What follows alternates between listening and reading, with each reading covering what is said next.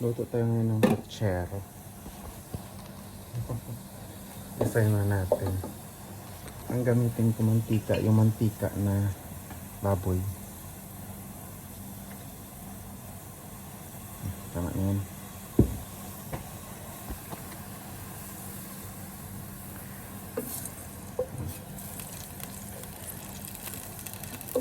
Mantika ito ng baboy, ha.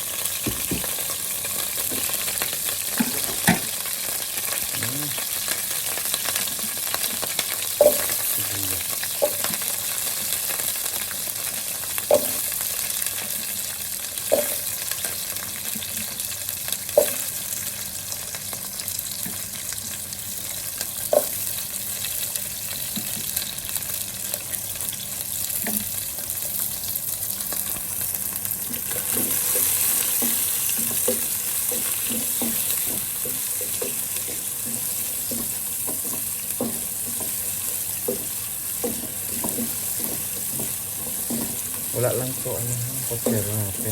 Tawag ito. Wala lang siyang tomato paste.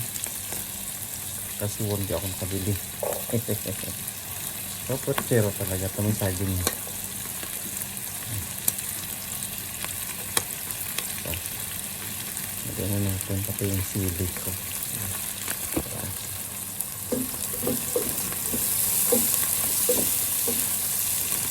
Kaya natin mag-brown siya.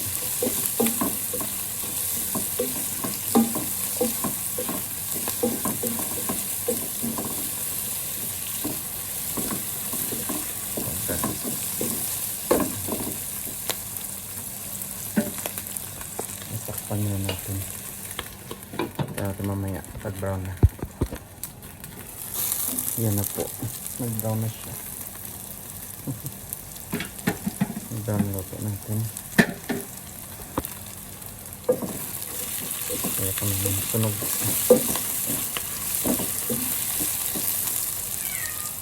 Lagyan na natin ibang ingredient. Ang laurel.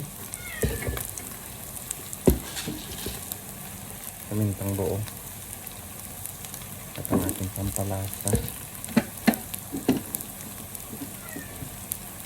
Pamintang birog isa. Dalawa. Okay, tama tayo.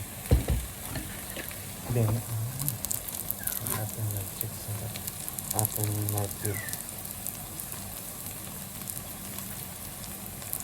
Tama na. Ang flour. Ayan. Para panalo.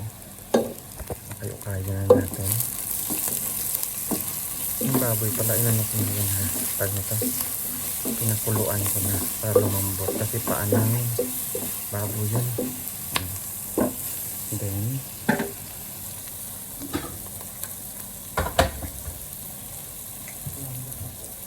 unahin ko siya. O, di pa. Plakado. Lagyan natin.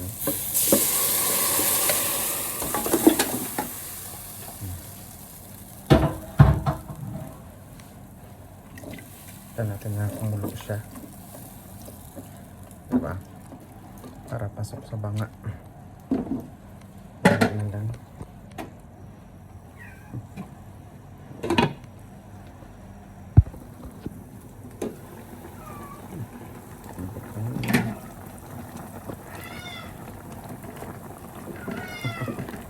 Sili yung sili.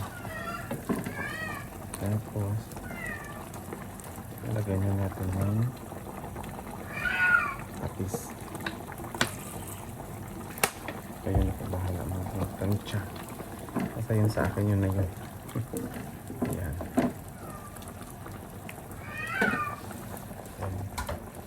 Nasabing natin. Masarap ito.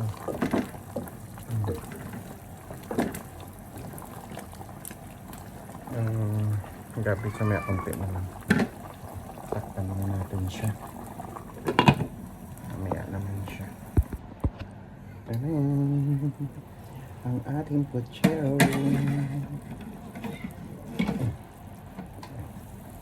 Lagay na natin ito. Hindi pa ang sarap.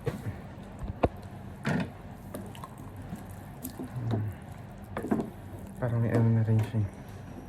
Parang may ganito. Parang may ketchup kasi nga nilagyan ko ng ano ba, chili, dry chili. May saging. Miss na miss. Oh, di ba? Sarap. Ayaw po masyadong durog yung ano, garbage. Ayan. Kain po tayo. Ito na po yung ulam natin. Ayan po, ito ng ating kutsera. Kain po tayo. Ay, yummy. Ang sarap. Wala lang kasing ano sitaw. Hindi ako kabili. Ayan, kain po tayo.